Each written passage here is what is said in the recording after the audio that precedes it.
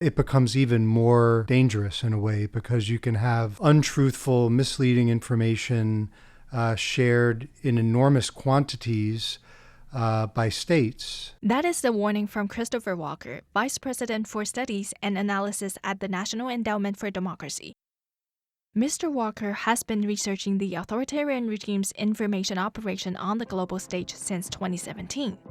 What is he referring to that is so dangerous?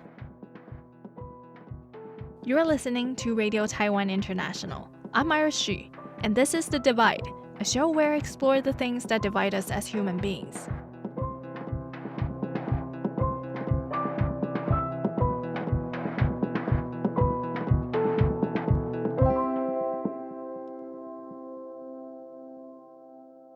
Taiwan has always been a main target and a testing ground for information manipulation.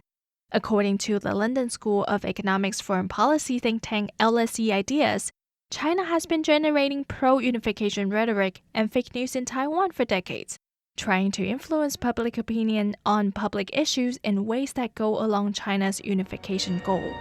But is it a problem that only Taiwan is dealing with? And if not, how serious is this problem? And what is at stake?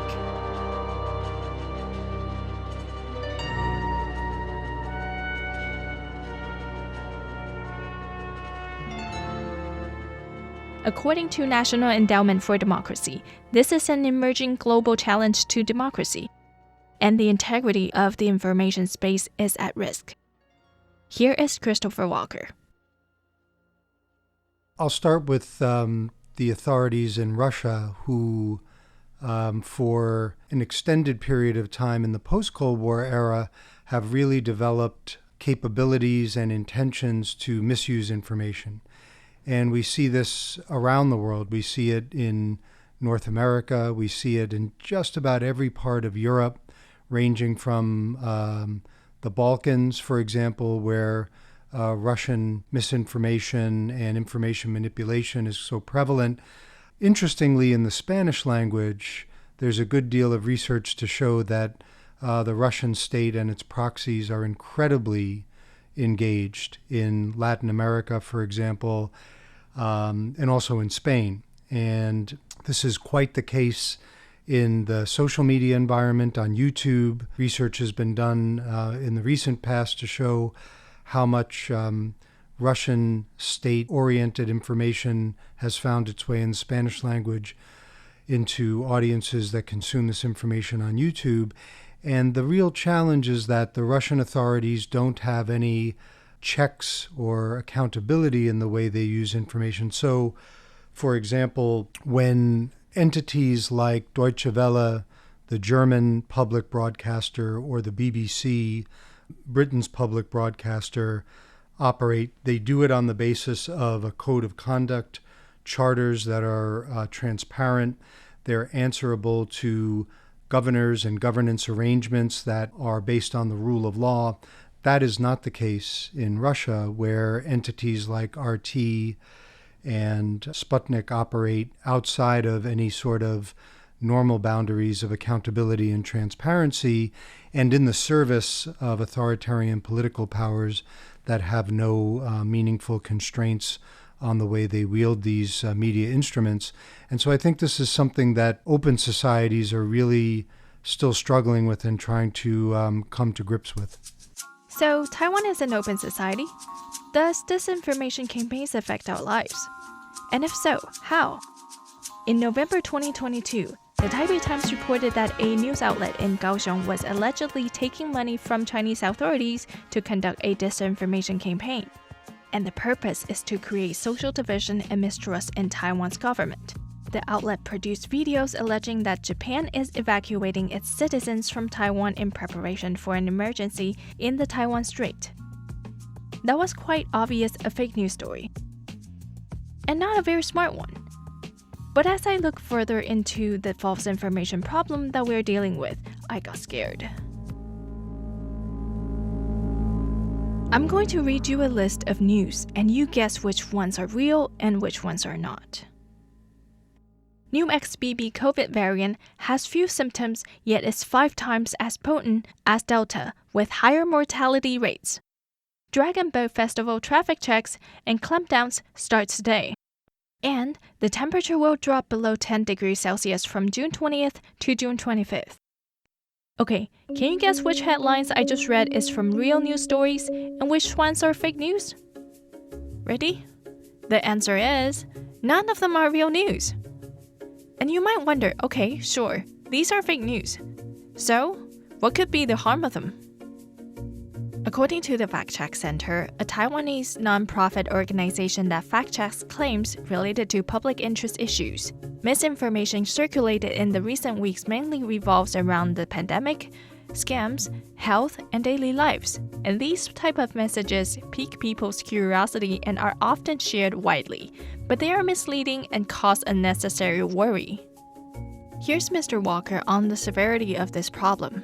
So it's clear that in the last generation during the digital revolution that the way information is used is presenting enormous challenges to democracies of all types around the world. It's also presenting opportunities for authoritarian regimes to intrude and engage in ways that were much more difficult before the digital revolution. And so we've been focused on how we can, on the one hand, understand the challenges presented by the modern information environment. There are many terrific groups and people working around the world on this issue, including in Taiwan.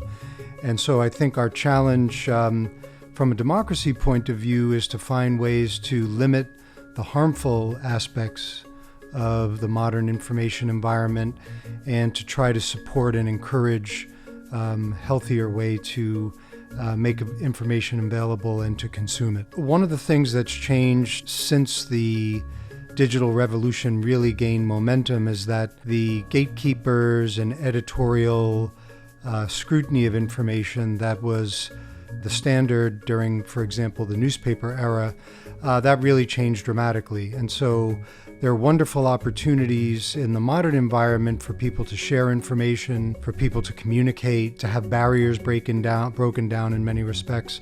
But at the same time, there are also some serious drawbacks that come with the new environment, which allow people to share information that is not accurate, to share information that is purposefully misleading, and to do this at scale through automation.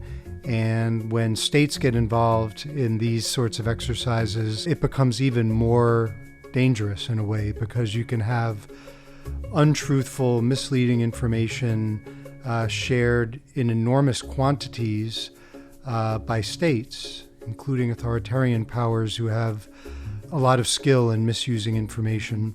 And we're all trying to figure this out and make the environment more positive, but it's a very difficult challenge. So, what can we do to tackle this challenge? It's a very difficult challenge, and my strong sense is that open societies of all types are really struggling with this, where there may be malign actors externally that are seeking to influence what should be a legitimate domestic discussion on serious public policy questions. I think the importance of open debate and vigorous debate in free societies is unquestionable.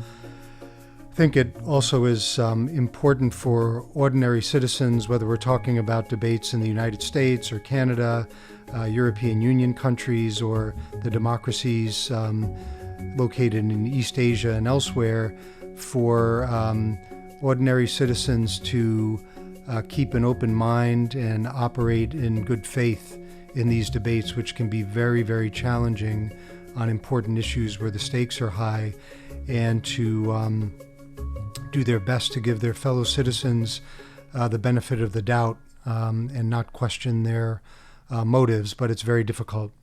So, having an open mind and operate in good faith are key to tackling the impact of fake news. But how do we know if a news outlet is operating in good faith?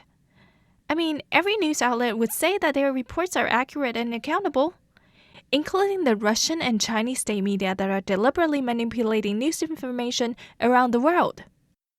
I think there's value, for example, when we talk about media operating out of different sorts of political systems, to really focus on the governance arrangements around those media. So it simply is inadequate on the merits to say that because Deutsche Welle is a public entity that operates under the auspices of the German government, just to use this example, that it's the same as the Russian state broadcasters.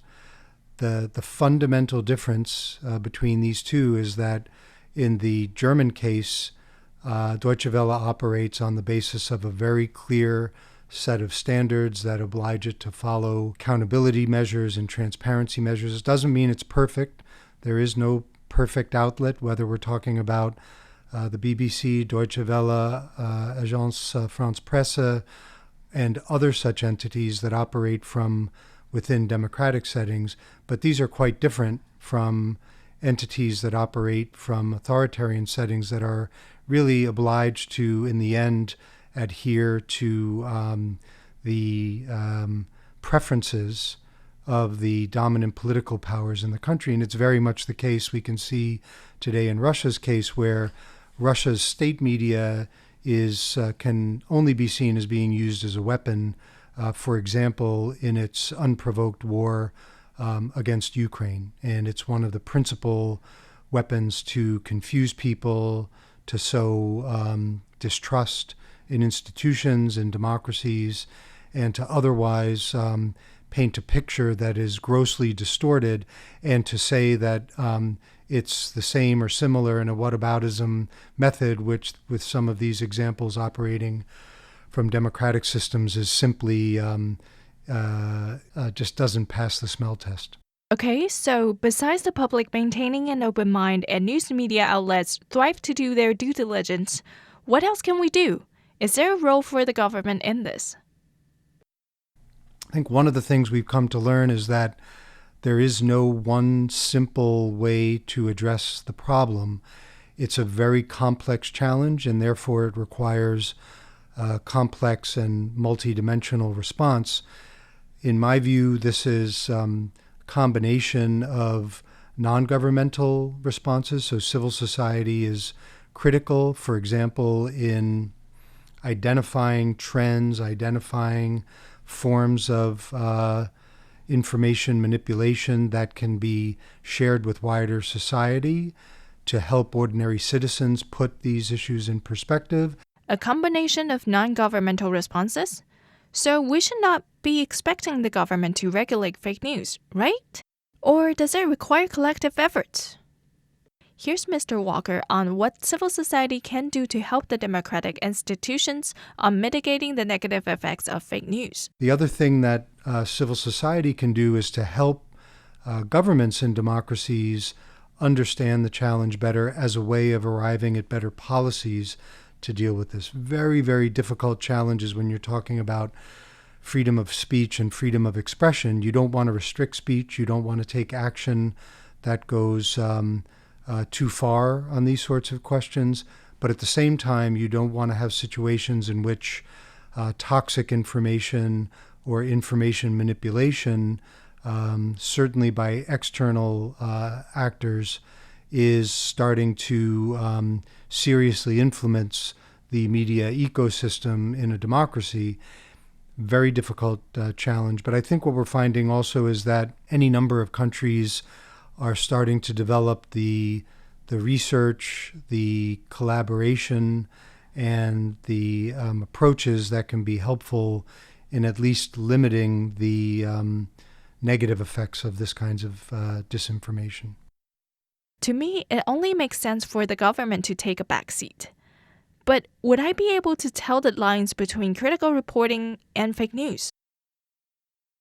Clearly, one of the important aspects of addressing the current challenges to the health of information ecosystems, to prevent information manipulation, is to support and encourage high-quality independent journalism. And the trends of the last quarter century have been very, very unfriendly to independent journalism, in part because the media model that had been the standard for quite some time has really come under duress. It was already under great duress before the digital revolution. The digital revolution accelerated the challenges of independent media to remain competitive and to be able to do deep independent investigative journalism, which tends to be quite expensive. All of those factors created a scenario where independent journalism was under duress. The digital revolution was pushing the provision of news and information into the digital domain, which can have some very important benefits, but also has some serious drawbacks. And then the participation of authoritarian powers in the information ecosystem in ways that wasn't really the case 15 or 20 years ago. This combination of the erosion of independent media in democracies, the rise of digital media as the growing, if not principal, provider of news information to citizens, and the participation of authoritarian powers like China, Russia, Iran, many of the Gulf states in the global information ecosystem really changed the landscape a good deal. And so much of what the National Endowment for Democracy does is to support groups around the world who do solid journalism, who are providing independent information to their own societies. We feel this is terribly important, and it represents a significant part of our grant making. So, independent journalism and supporting independent journalism is essential to safeguarding our information space. But even with good, honest journalism, I'm still not sure about what we can do to the disinformation that keeps coming into our lives. And that's another discussion for another time. Thanks for listening to The Divide. If you'd like to learn more about Christopher Walker's research on authoritarian regimes' exploitation of the open information environment, you can find them on the National Endowment for Democracy's website and in the book, Defending Democracy in an Age of Sharp Power. The book is scheduled to come out on July 25th, and you can pre-order a copy from Johns Hopkins University Press. The Divide is produced by Radio Taiwan International. I'm Iris Shi. Until next time.